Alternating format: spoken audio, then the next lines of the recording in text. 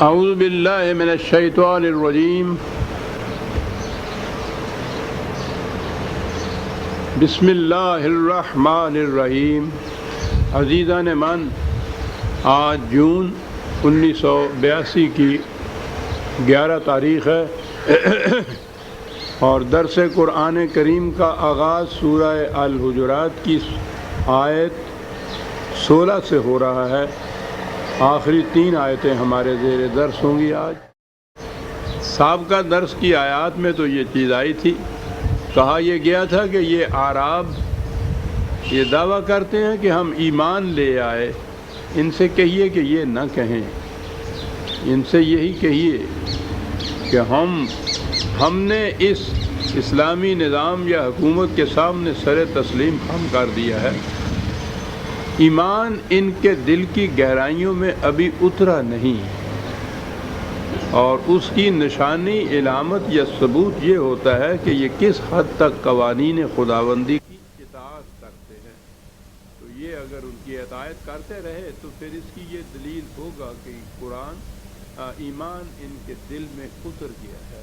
تو میں نے عرض کیا تھا کہ قرآن کی روح سے ایمان کہا ہی اس وقت جائے گا جب کہ اس کا مظاہرہ قوانین خداوندی کی اطاعت سے ہو۔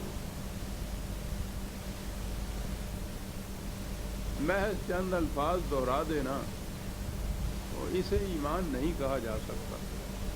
اب اگلی آیت یہ ہے، قُلْ أَتُعَلِّمُونَ اللَّهَ بِدِينِكُمْ۔ کہا کہ اس طرح سے زبانی چند الفاظ دہرانے سے تم سمجھتے ہو کہ تم صاحب دین ہو گئے، تو تم خدا کو اپنے دین کی اطلاع دیتے ہو کہ یہ دیکھ لیجئے۔ تو کہا کہ یہ چند الفاظ دہرا دینے سے تو یہ بات نہیں، تم اطلاع کیا خدا کو دو گے؟ واللہ یعلم ما فی السماوات و ما فی الارض واللہ بکل شیء علیم۔ وہ تو کائنات کے ذرے ذرے کا علم رکھتا ہے، اس لیے یہ سوال ہی نہیں ہے کہ تم چند الفاظ دہرا کر خدا کو یہ اطلاع دے دو کہ دیکھ لیجیے صاحب ہم صاحب ایمان ہو گئے، ہم ایمان لے آئے۔ اس کی ضرورت نہیں ہے، ہم جانتے ہیں کہ جو کچھ تم کر رہے ہو یہ کیا ہے۔ بڑی اہم آیتیں ہیں، جہاں تک وہ تو قرآن قیامت تک کے لیے ہے، یہ بات اس زمانے کے اعراب کی نہیں کر رہا۔ اس زمانے میں وہ مخاطب سے ان سے بات کی، آج ہم مخاطب ہیں، ہم سے وہ بات کہہ رہا ہے کہ کس طرح سے تم دعویٰ ایمان کر سکتے، اور پھر یہ کہ چند الفاظ دہرا کر، اور دہرا کے ہی نہیں، ہم کوٹھے پہ چڑھ کے جناب دعائی دے دے کر، جسے ہم کہتے ہیں، ہم آپ کو لاؤڈ اسپیکروں کے ذریعے سے ہم اس تک خبریں پہنچاتے ہیں۔ تو کہا کہ یہ چیزیں ان الفاظ کے دہرا دینے سے تم ہمیں اس کا مطلع کر رہے ہو کہ ہم ایماندار ہو گئے، ہم دیانتدار ہو گئے، ہم صاحب ایمان ہو گئے، ہم ایمان لے آئے، ہمیں علم ہے کہ یہ کیا ہے۔ تو وہ جانتا ہے ہم سے کہ ہم کیا کر رہے ہیں۔ اگلی بات کہی ان اعراب کے متعلق کہ یمنون علیک ان اسلموا۔ وہ کہا تھا کہ ایمان تو خیر یہ لائے نہیں، ایمان اس کو ابھی کہا نہیں جائے گا، وہ تو اس وقت کہا جائے گا جب ان کے اعمال و کردار اور سیرت اس کا ثبوت دیں جو ایمان لائے ہیں، یہ کہ خدا کے قوانین کی اطاعت کس حد تک کرتے ہیں۔ یہ کہا کہ ان سے کہیے کہ ہم تو صرف ہم نے سر تسلیم خم کیا ہے، یا اسلام لائے ہیں جسے ہم اپنے الفاظ میں کہتے ہیں۔ کہتے ہیں کہ اتنے سے ہی تم پر کچھ احسان دھر رہے ہیں کہ بہت بڑا احسان کیا انہوں نے کہ جناب آپ کی جماعت میں شامل ہو گئے، اسلام لے آئے، ایمان لے آئے، بہت بڑا احسان کیا ہے۔ قُلْ لَا تُمُنُّوا عَلَيَّ إِسْلَامَكُمْ۔ کہا تم تو ان سے یہ کہہ دو کہ جو کچھ تم یہ ایمان لائے بھی ہو، اسلام لائے ہو، تو اپنے اسلام کا احسان میرے سر پہ نہ دھرو کہ مجھ پہ کوئی احسان کیا ہے تم نے۔ دنیا میں تو یہ چیز ہے، یہ پارٹیاں بنتی ہیں ہمارے ہاں، پارٹیوں میں ممبروں کی تعداد بہت بڑا اثر رکھتی ہے۔ انہوں نے ووٹ لینے ہوتے ہیں، انہوں نے پھر الیکشن لڑنے ہوتے ہیں، ان الیکشنوں میں وہ ووٹ ڈالتے ہیں، تو کبھی تو ایک ووٹ بھی اتنا وزنی ہوتا ہے کہ وہ ادھر ادھر مارے پھرتے ہیں کئی دن ایک ووٹ کو، ایک شخص کو اپنے ساتھ شامل کرنے کے لیے، اور وہ ساتھ شامل ہو جائے تو اس کا ووٹ جو ہے کئی دفعہ ڈیسائسو ہوتا ہے، فیصلہ کن ہوتا ہے۔ تو وہاں تو یہ صورت ہے کہ وہ اگر آ گیا ہے کوئی اس پارٹی کے اندر تو وہ پارٹی والوں پہ احسان دھرے گا کہ میں آیا ہوں تو تمہاری جیت ہوئی ہے۔ کہا ان سے کہو کہ وہ تم پر یہ احسان نہ دھریں کہ تم اسلام کی پارٹی میں داخل ہو گئے، یہ پارٹی نہیں ہے کوئی بھی، اس میں اس کا تو اپنا فائدہ ہی کوئی نہیں ہے، نہ ہی اس کثرت سے کچھ اس پارٹی کا فائدہ ہے، یہ تو خود تمہارا فائدہ ہے اس میں۔ اور اگلی بات ہے جو اصول آیا ہے، جو میں سمجھتا ہوں کہ یہ مرکز ہوگا آج کے درس کا، کہ بل اللہ یمن علیکم ان ہداکم للایمان ان کنتم صادقین، اگر تم سچے ہو اپنے دعوی ایمان میں تو یہ سمجھو کہ یہ تو بلکہ اب ہمارے لیے عزیزان من ایک ہی لفظ ہے، یہ من اور یہ منون کے لیے ترجمہ کرنے کے لیے کہ احسان ہے، اور احسان کا ہمارے ہاں کچھ احسان کا تاثر اچھا نہیں ہوتا، دوسرے کے سر پر احسان دھرنا، احسان جتانا، یہ معیوب سمجھا جاتا ہے۔ اب دوسرا لفظ ہے نہیں اس کے لیے، تو بہرحال میں یہ عرض کروں گا کہ یہ بات ہے کیا جو خدا کہتا ہے کہ یہ تو بلکہ خدا کا، میں لفظ احسان ہی کہوں گا کہ دوسرا لفظ ہے نہیں، لیکن میں عرض کروں گا کہ وہ اس کا مفہوم اس عام متداول مفہوم سے الگ ہے جو ہمارے ہاں احسان سے لیا جاتا ہے، بلکہ یہ تو خدا کا یہ احسان ہے، یوں کہیے تمہارے اوپر کہ اس نے تمہیں ایمان کی طرف یہ رہنمائی کر دی۔ اگلی آیت تو ہے ان اللہ یعلم غیب السماوات والارض واللہ بصیر بما تعملون، وہی جو پہلے کہا گیا ہے کہ وہ تو جانتا ہے کائنات کے ہر راز کو، ہر ذرے کو، اس لیے اسے جتانے کی، بتانے کی، اطلاع بھیجنے کی ضرورت نہیں ہے۔ اور یہ جو تم اسلام کے حلقے میں داخل ہو کر پہلے اس رسول پر احسان جتاتے ہو، پھر خدا پہ بھی احسان جتاتے ہو کہ صاحب تم اس پارٹی میں داخل ہو گئے، بہت بڑا کارنامہ سر انجام دیا، بہت بڑا احسان کیا ان کے اوپر، تو کہا احسان یہ نہیں ہے۔ من کے معنی ہوتے ہیں کسی ایسی چیز کا عطا کرنا، عطیے کے طور پہ دینا جس میں کسی محنت مشقت کا بھی تقاضا نہ ہو، بلا محنت مشقت کسی چیز کو بطور عطیے کے دے دینا، احسان جتا دینا نہیں، احسان کرنا نہیں، بلکہ عطیتاً دینا، اور وہ بھی ایسا کہ جس میں کوئی محنت مشقت نہ ہو۔ قرآن کریم نے وحی کے لیے، رسالت کے لیے، نبوت کے لیے یہ لفظ استعمال کیا ہے، کسی خاص قوم یا قبیلے یا اس زمانے کے ان اعراب کے متعلق ہی نہیں ہے کہ تم پر یہ احسان کیا یا تمہیں یہ عطیہ دیا، اب یوں لفظ آ جائے گا یہ کہ یہ تمہیں یہ عطیہ دیا ہے، یہ پوری نوع انسان کے لیے ہے، قیامت تک کے انسانوں کے لیے ہے جو کچھ دیا ہے۔ سورہ آل عمران میں ہے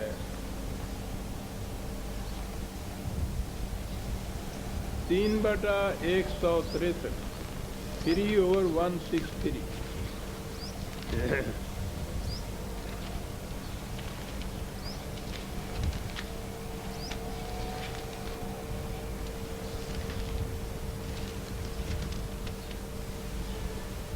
لقد من اللہ علی المؤمنین اذ بعث فیہم رسول من انفسہم یتلو علیہم آیاتہ ویزکیہم ویعلمہم الکتاب والحکمہ وَإِن كَانُوا مِن قَبْلُ لَفِي ضَلَالٍ مُبِينٍ۔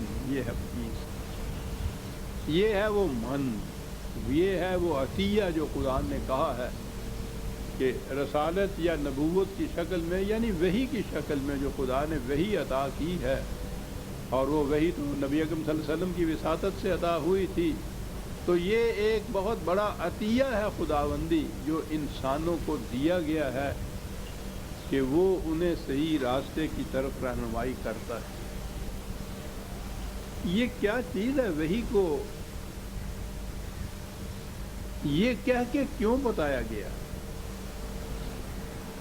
یہ کیا چیز ہے جو انسانوں کو دی گئی ہے؟ یہ نہ دی جاتی تو انسانوں کی کیا کیفیت ہوتی؟ یہ بڑی اہم چیز ہے سمجھنے کی۔ اسی سے پتہ چلتا ہے کہ وحی کی اہمیت کیا ہے، اور یہ جو خدا نے انسانوں کو وحی دی ہے واقعی یہ کتنا بڑا انعام ہے اس کی طرف سے، یوں کہہ لیجئے اتنا بڑا عطیہ ہے اس کی طرف سے، اور جس کی کوئی قیمت ہی نہیں لگائی جا سکتی، اور یہ بلا مزد و معاملہ بلا مشقت ملا ہے انسانوں کو۔ تو اس لیے بلا مزد و معاملہ اور بلا محنت ملا کہ وہ وحی رسول اللہ صلی اللہ علیہ وسلم کو وحی آئی، حضور پہ فریضہ ادا کیا گیا کہ بلغ ما انزل الیک، پہنچاؤ ان تک، تو جن تک یہ پہنچایا گیا، اور یہ کہا گیا کہ لا اسألکم علیہ من اجر، میں اس کے بدلے میں تم سے کوئی معاوضہ نہیں مانگتا۔ تو نوع انسانی کو تو بلا مزد و معاوضہ ملا، رسول کو بھی وہی جو ملی ہے اس میں اس کے اپنے کسب و ہنر کا کوئی دخل نہیں تھا۔ وہ تو کہا ہے کہ رسول کو ایک دن پہلے بھی پتہ نہیں تھا کہ مجھے یہ وحی ملنے والی ہے، یہ اس کی اپنی کوششوں اور کاوشوں کا نتیجہ نہیں تھا، یہ خدا کی طرف سے وہبی طور پر جسے کہتے ہیں یہ ملی، بلا کسی قسم کی نبی کی اپنی کوشش یا کاوش کے۔ یہ خصوصیت ہے وحی کے علم کی کہ خدا سے وہ براہ راست نبی کو ملتا تھا، اور اس میں نبی کی اپنی فکر، اپنے شعور، اپنے عقل، علم، کوشش، محنت کا کوئی دخل نہیں ہوتا تھا۔ یہ تنزیل ہوتی تھی خدا کی طرف سے، آبجیکٹیولی یہ چیز مل جاتی تھی نبی کو، اس میں سبجیکٹیو اس کا اپنا کوئی دخل نہیں ہوتا تھا۔ تو جب نبی کی یہ صورت تھی کہ اس میں اس کی کاوش اور محنت اور فکر تک کا بھی دخل نہیں تھا وحی کے اندر، تو نبی کو بھی یہ ملی تو یہ بطور من کے ہی ملی، جیسے کہا گیا عطیہ کے طور پہ ملی، بلا کاوش اور محنت کے ملی۔ اور نبی نے جب یہ دوسرے انسانوں تک اسے پہنچایا تو ان انسانوں کو بھی یہ عطیہ کے طور پر ملی، بلا محنت اور کاوش کے ملی۔ یہ وجہ ہے جو اسے بار بار خدا نے یہ من کہہ کے پکارا ہے، اس کو جو دیا گیا کہ اس میں یہ عطیہ ایسا ہے جس میں کسی کی محنت اور کاوش کا کوئی دخل نہیں۔ بہرحال چیز کیا ہے جو اتنی بڑی اہم ہے جو انسانوں کو دی گئی اور جس کے متعلق بار بار ان سے کہا گیا، اپنے الفاظ میں اگر ہم چاہیں تو کہیے کہ کہا گیا کہ اتنا بڑا احسان ہے نوع انسانی پر، کسی خاص گروہ کی بات نہیں ہو رہی عزیزان ایمان، اسے سوچ لیجئے گا، وحی کا ملنا نوع انسانی پر خدا کا بہت بڑا انعام ہے، بہت بڑا عطیہ ہے۔ کیسے یہ عطیہ ہے؟ کیوں یہ اتنا بڑا انعام؟ بڑی اہم چیز ہے جو سوچنے کی ہے۔ انسان ہے کیا؟ زندگی اپنے ارتقائی مراحل طے کرتی ہوئی آگے بڑھتی گئی، اس کی آخری کڑی حیوانات کی تھی، حیوانات سے آگے بڑھا، انسان کے پیکر میں یہ نمودار ہوئی۔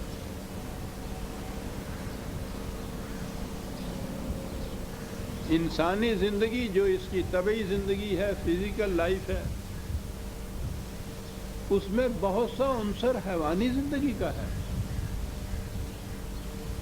وہ ایسا ہے کہ دونوں میں امتیاز ہی نہیں ہے۔ جس انداز سے حیوان زندہ رہتا ہے اسی انداز سے انسان زندہ رہتا ہے، کھانے سے، پینے سے، سانس لینے سے، سونے سے، یہی چیزیں ہیں نا، اسی سے انسان زندہ رہتا ہے، اسی سے حیوان زندہ رہتا ہے۔ یہ الگ بات ہے کہ وہ کھانے کی نوعیت کیا ہے، وہ تو دوسری چیز ہے، لیکن اصولاً جو زندہ رہنے کے لیے جو اسباب ہیں وہ تو یہی ہے نا، کھانا پینا، سانس لینا، سورج کی روشنی سے فائدہ اٹھانا، حرارت سے فائدہ اٹھانا، سو جانا، یہ ہے، اور یہ انسان اور حیوان میں مشترک ہے۔ وہ عام طور پہ جو یہ محققین ہیں ان علوم کے، انہوں نے کہا کہ بنیادی طور پر 3 چیزیں ہیں ایسی حیوان اور انسان میں مشترک، یا انسان جو آگے بڑھا ہے تو یہ حیوانی زندگی جو پچھلی اس کی تھی اس سے یہ 3 چیزیں اپنے ساتھ لے کر آیا ہے: سیلف پریزرویشن، تحفظ خیش، اپنے آپ کو محفوظ رکھنا، اپنی زندگی کو، جان کو محفوظ رکھنا۔ پہلی چیز یہ ہے سیلف ایگریشن، تغلب خیش، غالب رہنا دوسرے پہ، اتنی قوت اپنے اندر رکھنا جس سے یہ اپنی حفاظت کر سکے، دوسرے کے مقابلے میں دوسرے پہ غالب رہے، اور سیلف پروکریشن، اپنی نسل کو آگے بڑھانا۔ یہ 3 چیزیں یہ لے کے آیا حیوانات کے ساتھ۔ یہ چیزیں جو ہیں حیوانات کے اوپر فطرت کی طرف سے کنٹرول ہے کہ وہ حیوان انہیں اسی حد تک استعمال کرے جس حد تک وہ اس کے لیے مفید ہے۔ فطرت آگے بڑھنے نہیں دیتی، کتنا ہی زیادہ چارہ کیوں نہ رکھا ہو، جب پیٹ بھر جاتا ہے بیل کا تو وہ فطرت خود کنٹرول کر لیتی ہے، باقی چارہ وہ چھوڑ دیتا ہے، بیٹھ جاتا ہے آرام سے۔ یہ ایگریشن اس کا بھی جو ہے وہ اس حد تک ہی ہوتا ہے کہ شیر کو ضرورت ہوتی ہے کہ وہ ہرن کو چیر پھاڑ کھائے۔ ایک ہی ہرن جب اس کا پیٹ بھر جاتا ہے تو باقی 10 ہرن چاہتے ہیں پھرتے ہیں، وہ اس تک نہیں جاتا، فطرت نے کنٹرول رکھا ہے اس کے اوپر۔ نسل کشی کا جہاں تک تعلق ہے وہ فطرت کا کنٹرول ہے۔ سارا سال بیل اسی گایوں کے گلے کے اندر چرتا پھرتا رہتا ہے، کبھی نگاہ اٹھا کر بھی نہیں دیکھتا، نہ گایوں کو اس کی تمیز ہوتی ہے کہ یہ کوئی نر یا مذکر ہے اور ہم تانیث میں ہیں، کوئی سوال ہی نہیں ہے۔ لیکن جب ادھر کا اشارہ ہوتا ہے، یہ میں نے ادھر کا اشارہ وہ غالب سے لیا کرتا ہوں میں، چاک مت کر جیب بے ایام گل، کچھ ادھر کا بھی اشارہ چاہیے۔ بڑا خوبصورت انداز میں بات کی ہے۔ وہ حیوانات کو ادھر کا اشارہ خود ہو جاتا ہے، اس اشارے کو بھی خدا وہی کہتا ہے جو ان کو طرف ہوتی ہے۔ میٹنگ سیزن جب ان کا آتا ہے، وہی بیل وہی گائیں، آپ غور کیجئے کہ وہ پاگل ہو جاتی ہیں، اور جب وہ تحفظ نسل کا وہ فریضہ سر انجام پا جاتا ہے تو پھر وہی سکوت اور وہی سکون، فطرت کی طرف سے کنٹرول۔ لیکن کنٹرول جب فطرت کی طرف ہو تو وہ تو مجبور ہو جاتے ہیں۔ بکری اگر گوشت نہیں کھاتی تو اس کی کوئی کاریگری نہیں ہے، یہ ہنر مندی نہیں ہے، کوئی تقوی اور پرہیزگاری نہیں ہے، وہ فطرت کے مجبور ہے وہ کہ وہ صرف سبزی کھائے، گوشت نہ کھائے۔ شیر اگر گوشت کھاتا ہے سبزی کی طرف نہیں آتا تو وہ درندہ نہیں کہلاتا، اس کو پھانسی نہیں دے دی جاتی، وہ مجبور ہے اس کے اوپر۔ فطرت نے کنٹرول اپنا رکھا تو مجبور کر دیا حیوانات۔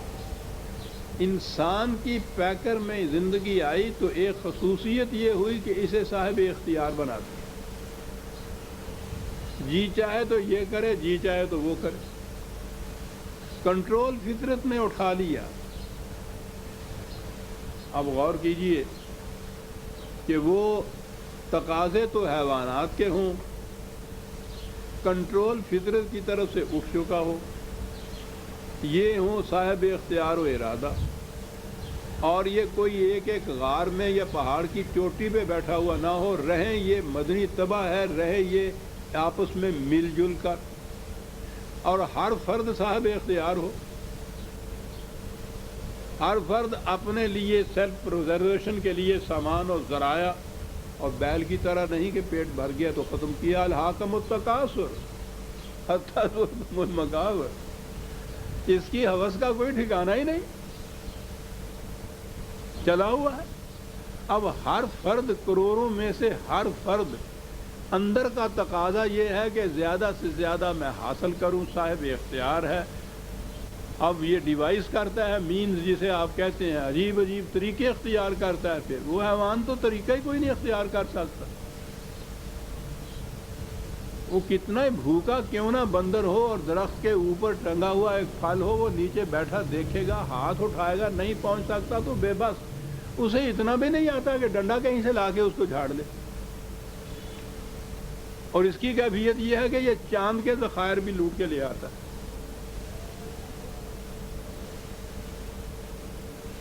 قوتیں دی ہوں اتنی بے پناہ، فطرت کا کنٹرول اس کے اوپر ہونا ہو، یہ صاحب اختیار، اور اکٹھا رہنا ہو انہوں نے، تو کیا چیز ہے جو بچا کے رکھے گی اس نسل انسانی کو؟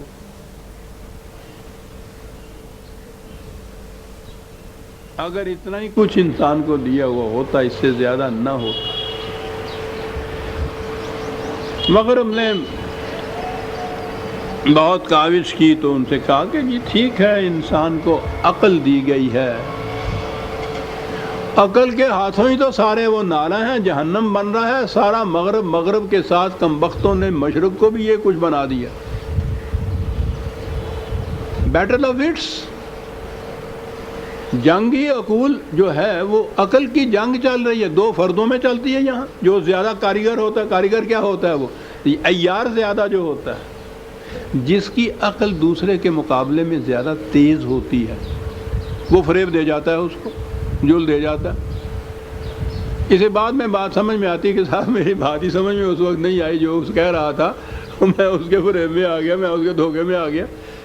یہ روز فریب اور دھوکے میں کیا آنا ہے؟ تیز عقل والا جو ہے وہ کم عقل والے کو ہمیشہ اس طرح سے جل دے جاتا ہے. فرد اسی طرح سے دیتا ہے، قومیں اسی طرح سے دیتی. یعنی وہ جو ایک خصوصیت عطا ہوئی تھی انسان کو، جسے عقل کہا جاتا ہے، اس کی کیفیت یہ ہے کہ وہ عقل ہی کی تو لڑائی انسانوں کے اندر ہو گئی. اب کیا ہوا؟ تقاضے ہوئے حیوانیت کے، اور وہ ہوئے بے حد و نہایت، اس پہ کوئی حد نہیں. ان کو حاصل کرنے کے لیے یہ اسے عقل دی گئی، اس نے اس کے لیے ذرائع اور اسباب مہیا کیے چاند تک جانے کے.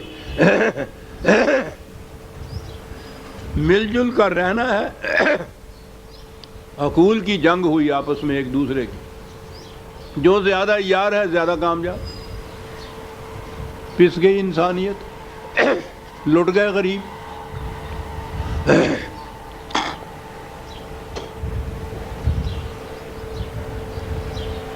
عزیزان من، اگر آپ آج کل یورپ کا لٹریچر کہیں پڑھ رہے ہیں تو آپ کو معلوم ہو، ہم لوگ تو یہ چھوٹے چھوٹے پیمانے کے اوپر اس جبر اور جور اور بھوک اور پیاس کے ہاتھوں کچھ روتے ہیں. ان کی چیخیں آپ سنیں تو سن نہیں سکتا آدمی، آسمان تک جا رہی ہیں. وہ اس لیے کہ وہ اجتماعی اور قومی چیخیں ہیں ان کی، قوموں کے اوپر جو قوموں کے ہاتھوں بیت رہا ہے. کوئی ان میں سے رات کو اطمینان سے سو ہی نہیں سکتا. کیا ہوتا؟ سپر پاور جناب کھا جائیں گے. ساری جنگ آپ روز صبح اخبار اٹھا کے پڑھیے، یہ ساری جنگ ان کے آپس کی وٹس کی اور عقول ہی ہے نا، پاورز کی. اس نے اس پہ حملہ کر دیا، وہ اس کو کھا گیا. یہ عجیب قیامت ہے انسانی. قیامت ہے کہ انسان نوع انسان کا شکاری ہے. ایک چیز جسے اس نے کہا تھا کہ وہ بہت بڑی چیز تھی جو ہمیں حاصل ہوئی، یعنی عقل انسانی. عقل ایک صلاحیت ہے، عقل ایک تلوار ہے، جس کے ہاتھ میں جس طرح وہ استعمال کر. وہ ایک بندوق ہے، ڈاکو کے ہاتھ میں بھی ہے، چوکیدار کے ہاتھ میں بھی ہے. وہ بجائے خیش وہ نہ نیک ہے نہ بد ہے. یہ اس کا کام نہیں ہے کہ وہ یہ طے کرے کہ مجھے ظالم کے سینے میں گولی پیوست کرنی ہے. بندوق یہ نہیں کر سکتی.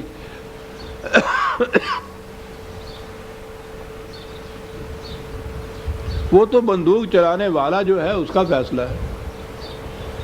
ڈاکو ہے تو جہاں سے اس نے کچھ چھیننا ہے اس کے سینے میں پیوست کر دے گا. وہ کتنا ہی مظلوم کیوں نہ ہو. کوئی اگر مظلوموں کا ہمدرد ہے، میں نے اسی لیے کہا کہ اگر کوئی ہے، یہاں تو اگر کہنا پڑتا ہے، نظر ہی کوئی نہیں آتا، تو بہرحال اس کی بندوق تو یہ اسے کہے گی نا کہ نہیں، ظالم کے سینے میں مار، مظلوم کے سینے میں نہ. یہ بات کون کہے؟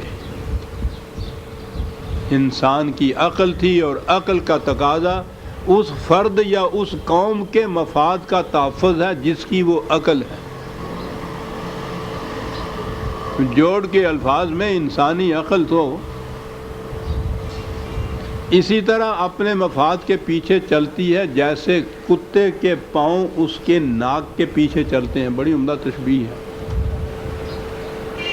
اس کی ناک رہنمائی کرتی ہے نا کہ وہاں ہے وہ گوشت پڑا ہوا. یہ ٹانگیں نہیں فیصلہ کرتی، وہ چلتی چلی جاتی ہیں جدھر اس کی ناک چلاتی ہے.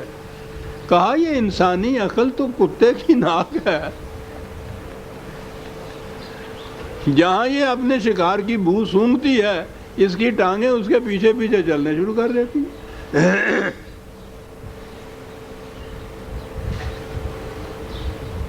عقل ایک قیمتی صلاحیت ہے. بات یہ ہے کہ اس سے کام کس طرح لیا جائے.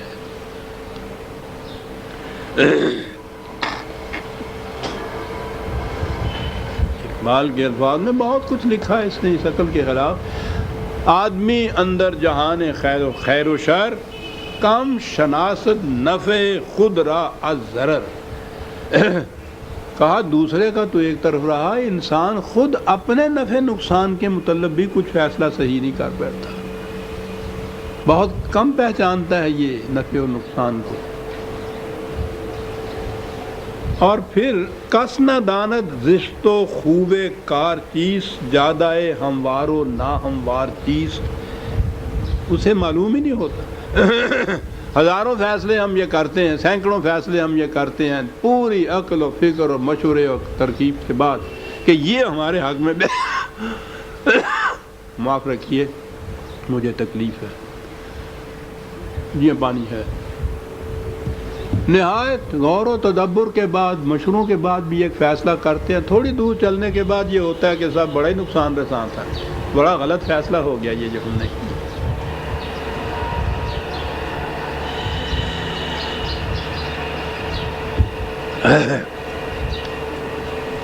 پھر ایک فیصلہ یہ ہے کہ میں نے جو فیصلہ کیا سمجھ سوچ کر، وہ میرے لیے تو فائدہ مند ہوا، میرے ساتھ جانے والا جو ہے اس کے لیے نقصان کا باعث ہو گیا. اس فیصلے کو کیا کہیں گے آپ؟ زیادہ سے زیادہ اگر عقل صحیح کام بھی کرے تو جس کی یہ عقل ہے اس کے فائدے کی بات کرے گی نا. اقبال اسے عقل خود بھی کہتا ہے. عقل خود بھی غافل از بہبود غیر، نفع خود بیند نہ بیند سود غیر. ہر شخص اپنا فائدہ کوئی، جو یہ نہیں سوچتا اسے پاگل کہتے ہیں. پاگل ہو گیا، اسے اپنے نفع نقصان کی بھی پہچان نہیں رہی. یعنی پاگل وہ ہوتا ہے اپنے نفع نقصان. تو زیادہ سے زیادہ جو عقل نے کام دیا وہ یہ ہے کہ اپنا ایک فرد کا یا پھر ایک قوم کا نفع جو ہے اس کے لیے یہ کرے، دوسروں کی اس کے فکر نہیں ہے.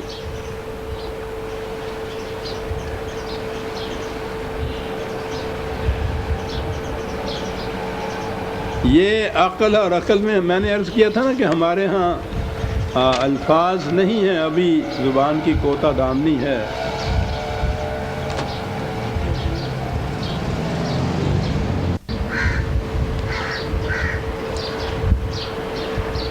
ان کے ہاں یہ الفاظ وہ تنگ آ کر انہوں نے تجربے کرنے کے بعد پھر مختلف الفاظ قائم کیے اپنے ہاں.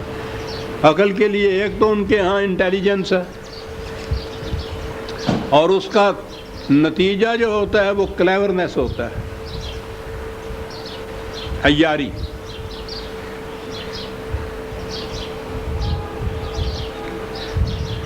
اقبال نے بھی تو یہ کہا ہے کہ عقل عیار ہے 100 بھیس بنا لیتی ہے، عشق بیچارہ نہ صوفی ہے نہ ملا نہ حکیم، عقل عیار ہے 100 بھیس بنا لیتی ہے۔ انٹیلیجنس ان کے ہاں اس کا نتیجہ کلیورنیس ہوتا ہے، اور دوسری چیز ان کے ہاں ہوتی ہے جسے ریزن کہا جاتا ہے، اس کا نتیجہ ان کے ہاں وزڈم ہوتی ہے۔ عجیب الفاظ ہے۔ اور آپ وجد میں آ جائیے تو پھر آئیں گے قرآن کی طرف۔ پھر ریزن کے متعلق ان کے ہاں ڈیفینیشن یہ ہے کہ to see things as they are,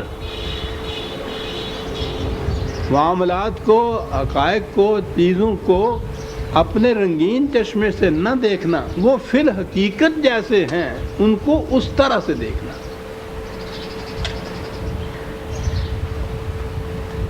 اسے وہ ریزن کیا، بڑی عجیب چیزیں ہیں یہ۔ اب یہ چیز کہ کوئی بات جو کرنی ہے اس میں یہ چیز دیکھنا کہ فی الحقیقت یہ نفع بخش ہے یا نقصان دہ، فی الحقیقت۔ اور پھر نفع بخش کس کے لیے ہے؟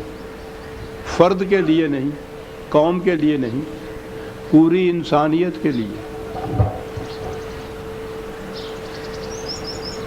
قرآن نے کہا کہ یاد رکھو یمکث فی الارض ما ینفع الناس، بقا صرف اس عمل کے لیے ہے جو پوری نوع انسانی کے لیے نفع بخش ہے۔ اب یہ بھی جو طے کرنا ہے کہ وہ چیز نفع بخش ہے، یہی چیز تھی نا جو عقل نے طے کرنی تھی کہ نفع بخش ہے۔ کس کے لیے نفع بخش؟ کہتا جس کی وہ عقل ہے اس کے لیے نفع بخش تو وہ یوں فیصلہ کر دے گی، یہی تو اس کی کلیورنیس۔ فیصلہ یہ کریں کہ نوع انسانی کے لیے نفع بخش کون سی چیز ہے۔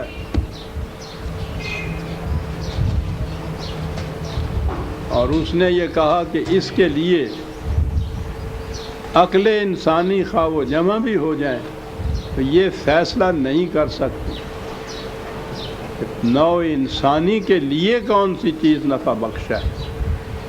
وہ جو ریزن کی ڈیفینیشن ہے، جو to see things as they are, جیسی وہ ہے چیز ویسا دیکھنا، اس میں کسی کے جذبات کو دخل نہ ہو،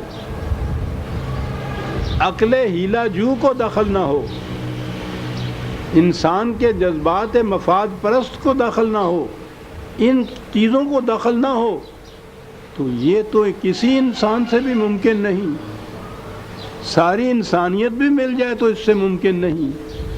ان کے فیصلے میں تو کہیں نہ کہیں کوئی شائبہ ایسا آ جائے گا، انسانیت نہیں اس سے ورے کا فائدہ جس کے اندر مضمر ہوگا۔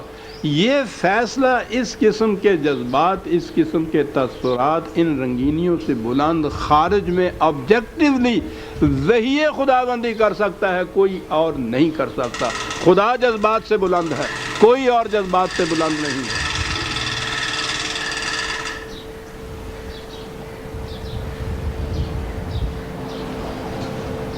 وحی کی خصوصیت یہ ہے کہ ما ینطق عن الہویٰ، اس میں اس وحی دینے والے کے اپنے جذبات کا بھی کوئی دخل نہیں ہوتا، خالصتاً۔ اسی لیے اس کے لیے نزول کا لفظ آیا ہے کہ اس میں بار بار عرض کر چکا ہوں، یہ انگریزی کا ہی لفظ ہے جو خارجی، اس میں جو کہے گی، خارجیت کہنے سے تو بات کچھ اور ہو جاتی ہے، آبجیکٹیوٹی جسے آپ کہتے ہیں، انسان کی کسی قسم کے بھی جذبات اور عقل و فکر و دلائل کا کوئی دخل نہ ہو، خارج میں ایک حقیقت جیسے وہ ہے ویسے وہ آئے، یہ ہے وہی پوری نوع انسانی کے مفاد کو سامنے رکھ کر ہدایت یا رہنمائی یا اصول یا اقدار یا قوانین دینا، کیا یہ نوع انسانی کے اوپر احسان عظیم ہے یا نہیں؟ قد من اللہ علی المؤمنین،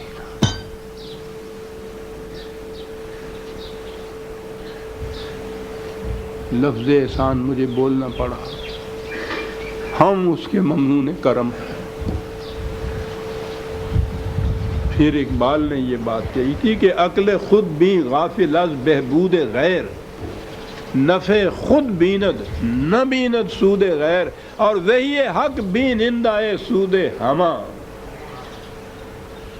یہ فرق ہے عزیز مان، در نگاہش سود و بہبود ہما۔ پوری نو انسانی کی منفعت جو ہے جس کے سامنے، وہ ہے وحی خداوندی، اس سے نیچے اس سے ورے کس ممکن ہی نہیں ہے کوئی کہ پوری انسانیت کے نفع اور نقصان کے لیے فیصلہ کر سکے۔ اس کا نام ہے جی وحی خداوندی۔ سوچئے کہ انسان جس حیات کے اندر پیدا کیا گیا، حیوانی جذبات، انسٹنکٹس، جبلتیں، یہ اس کے اندر داخل ہیں۔ اس نے زندہ رہنا ہے، اس نے اپنے آپ کو محکم بھی رکھنا ہے، اس نے افزائش نسل بھی کرنی ہے، اس نے اکٹھا بھی رہنا ہے، اور ان تمام کے لیے کوئی کنٹرول فطرت کی طرف سے اس کے اوپر نہیں ہے۔ صاحب اختیار ہے، حیوانی جذبات ہیں، صاحب اختیار ہے، مل جل کر رہنا ہے، اور پھر جو اپنی اصلی قوتیں ہیں وہ بے پناہ ہیں۔ اتنی وسعت اس کی صاحب، وہ کہتے ہیں کہ ایسی میزائلیں ہیں کہ نیو یارک میں بیٹھے ہوئے ماسکو کے اوپر مار کر دیں گے، اور جی اب تو وہ یہ کہتے ہیں ہم چاند پہ مار کر دیں گے۔ وسعتیں ایسی اس کی صلاحیتوں کی، اور کنٹرول کوئی نہ اس کے اوپر۔ لے دے کے ایک عقل دی تھی، اور عقل کا فریضہ فرد کا ہو، گروہ کا ہو، قوم کا ہو، اپنا مفاد تکنا ہے، اپنے مفاد کی حفاظت ہے۔ اور جب مختلف گروہ ہوں، مختلف قومیں ہوں، مختلف افراد ہوں، ہر ایک اپنا اپنا مفاد دیکھے، صلاحیتیں بے پناہ ہوں، تو اس کے بعد کیا ہوگا؟ یہی جو ہو رہا ہے۔ چھوٹے پیمانے کے اوپر ایک جہنم ہمارے ہاں موجود ہے، بڑے پیمانے کے اوپر پورے عالمگیر دنیا کے اندر موجود ہے۔ تو یہ بات ذہن میں آ گئی نا عزیزان مان، کہ یہ وحی کا ملنا انسانیت کے لیے کتنی بڑی نعمت، کتنا بڑا انعام ہے۔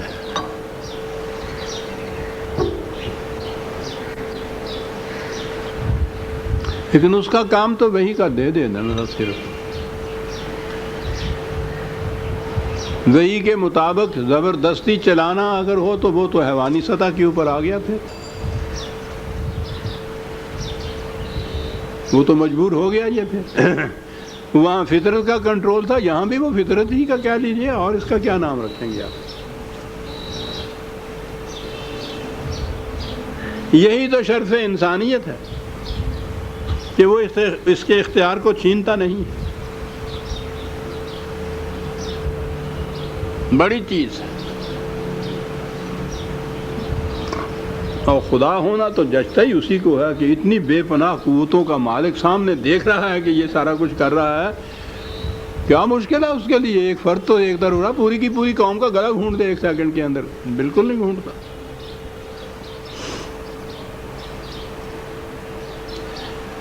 معاف رکھیے اگر انورٹڈ قومیں میں کہہ دوں کہ بڑا ہی وسیع ظرف ہے۔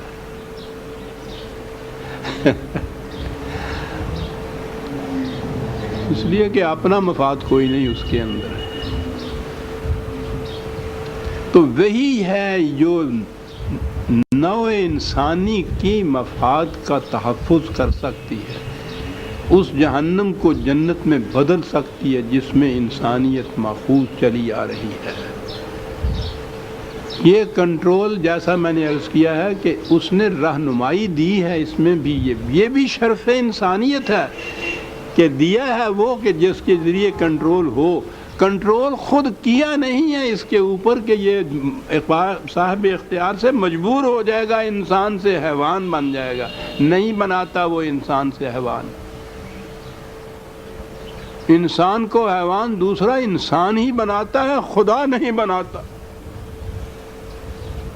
یہ اس کے اختیارات کو چھینتا ہے، سلب کرتا ہے اپنے فائدے کے لیے، یہ اسے حیوان بناتا ہے، خدا نہیں بناتا۔ خود مجبور نہیں کرتا کسی کو کہ وہی پہ ہی چلے۔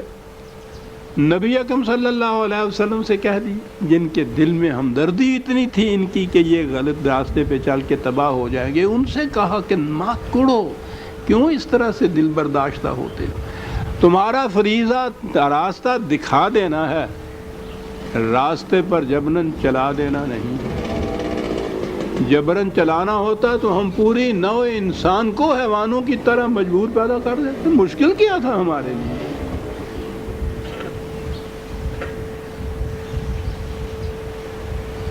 شرف انسانیت کیا ہے؟ اپنے اختیار اور ارادے کو صحیح طریق پر استعمال کر۔ صحیح طریق کے معنی کیا ہوگا؟ اب یہ بھی ہر ایک کے اوپر اگر چھوڑ دیا جائے گا تو ہر ایک اپنے اپنے فائدے کے لیے جو کچھ کرے گا اسے صحیح طریق قرار دے دے گا؟ نہیں،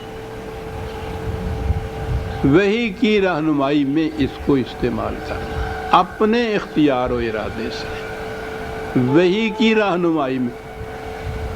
اب اختیار و ارادہ بھی اس کا برقرار رہا۔ وہ جو انفرادی طور پر عقل نے فیصلے کر کے جہنم کریٹ کرنا تھا، اس جہنم سے بھی یہ بچ گیا، جنت بھی اس کے حصے میں آ گئی، مجبور بھی نہ ہوا یہ انسان، صرف ایک وحی کے مل جانے سے یہ بات ہو گئی۔ عزیزان من، جیسا میں نے ابھی عرض کیا ہے، اگر یہ انسانی عقل و فکر سے بالا سر چشمے سے وحی نہ ملتی، عقل انسانی کے بس کی بات ہی نہیں تھی کہ کوئی ایسا راستہ تلاش کر سکتی جس میں انسانیت محفوظ رہتی۔ جتنا زیادہ آگے بڑھتا چلا جاتا، عقل تیز ہوتی چلی جاتی، عقل کی روح سے یہ اسباب اور ذرائع اور وسائل پیدا کرتا چلا جاتا، اتنے ہی جہنم کے یہ شعلے اور بھڑکتے چلے جاتے، اس سے نکلنے کا کوئی راستہ ہی اس کے پاس نہیں تھا۔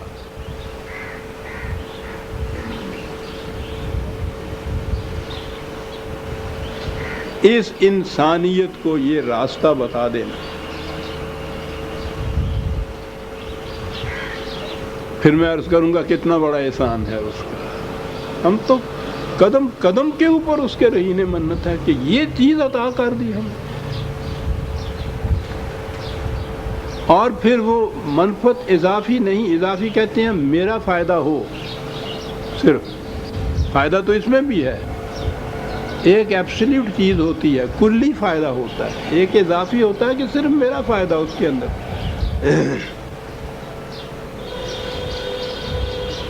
انسانیت کے فائدے میں تو میں بھی آ جاؤں گا،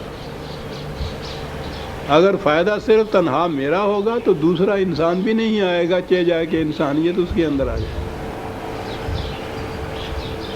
یہ صرف وحی کی روح سے ممکن۔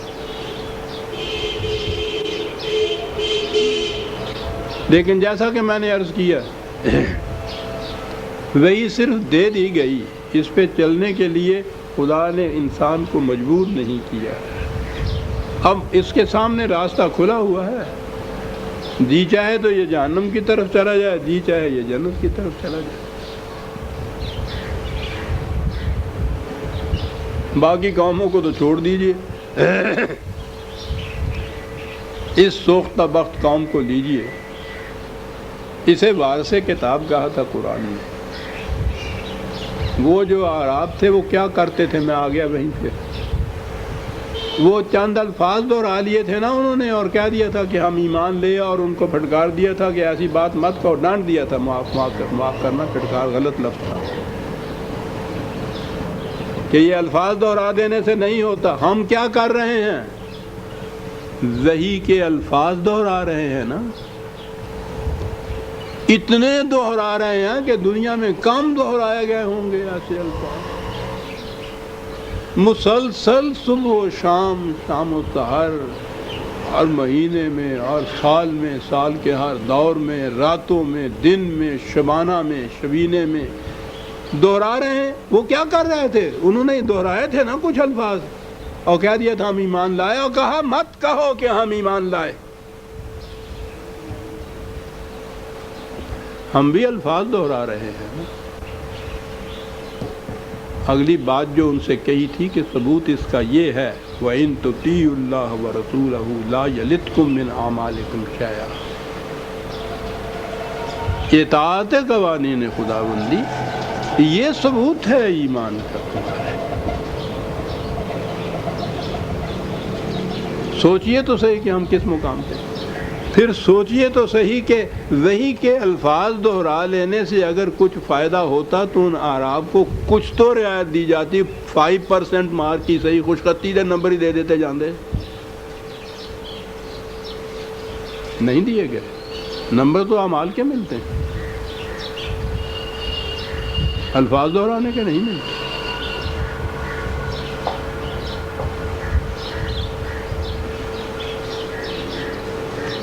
کس کام آئی ہے وہی ہمارے؟ اتنی بڑی نعمت جو اس نے دی،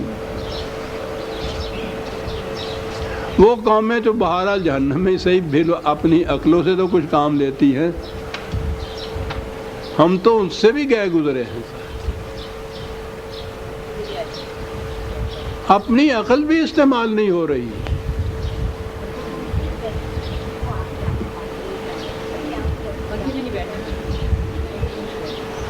ہمارا یہ مقام ہے انسان، اولئک کالانعام ہے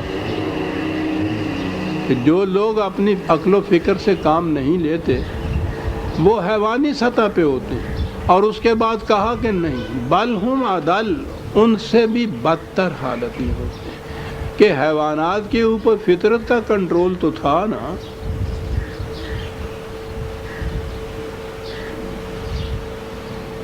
کتنا ہی زیادہ چارہ کیوں نہ ہو اس بیل کے سامنے، جب اس کا پیٹ بھرتا ہے تو باقی کو وہ چھوڑ دیتا ہے دوسرے کے لیے، آرام سے الگ ہٹ جاتا ہے۔ فطرت کا کنٹرول تھا، اس کم وقت پہ وہ کنٹرول ہے نہیں، اور کوئی کنٹرول اپنے اوپر اس نے رکھا ہوا نہیں، اس لیے اس کا بس چلے تو کسی دوسرے کو کھانے کو لیے کہ نہ دے، سمیٹتا چلا جاتا ہے، لوٹتا چلا جاتا ہے۔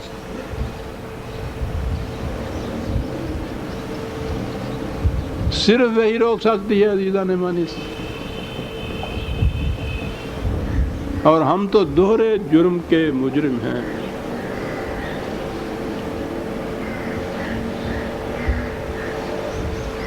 ہم نے خود اس وحی کو چھوڑا،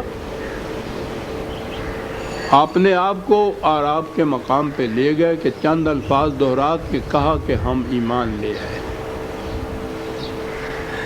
کیا الفاظ ہیں، دہرا دوں پھر؟ قالت الاعراب آمنا، یہی کیا تھا نا انہوں نے، کچھ کلمہ شہادت وغیرہ پڑھا ہوگا نا۔ اسی وقت کہا قل لم تؤمنوا، لم تؤمنوا،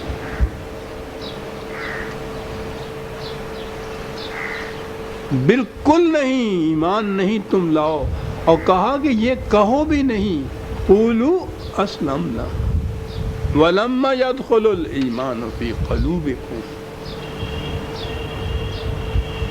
یہاں سے بات چلی تھی، اور میں نے یہ آج عرض کیا تھا کہ خدا نے جو کہا ہے کہ یہ اتنی بڑی یہ نعمت یہ تو تھی، ہم نے پوری انسانیت کو اور اس قوم سے کہا کہ تمہیں اس کا ہم نے وارث بنایا ہے اس کتاب کا، اور اس کا فریضہ قرار دیا ہے، شہداء علی الناس اس قوم کو کہا،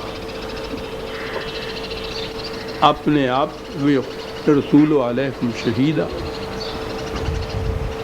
خود اپنے آپ پہ وحی کا کنٹرول رکھنا، اور پھر پوری انسانیت پر وحی کا کنٹرول رکھنا۔ بات ہی اتنی ہے، کیونکہ وہ کنٹرول ہمارا اپنا عائد کردہ ہوتا ہے، اس لیے اس میں جبر نہیں ہوتا۔ جبر اس کنٹرول میں ہوتا ہے جو دوسروں کا عائد کردہ ہو۔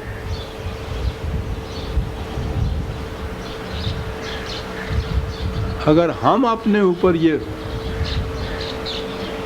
پابندی عائد کرتے ہیں. جیسے میں مثال دیا کرتا ہوں کہ صبح اٹھ کے 3 میل کا ہم سیر کیا کریں گے، 3 میل کی سیر کیا کریں گے، اور جاتے ہیں پابندی سے. وہ جبر نہیں ہے. جبر وہی ہے کہ یہ تھانے دار اگر ہمیں یہ کہے کہ ہر صبح آ کے یہاں حاضری دیا کرو، یہ فرق ہوتا ہے.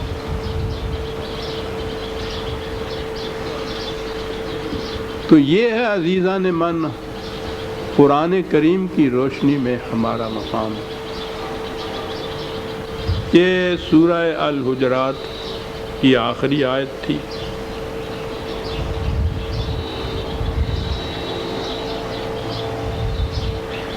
ان اللہ یعلم غیب السماوات والارض واللہ بصیر بما تعملون.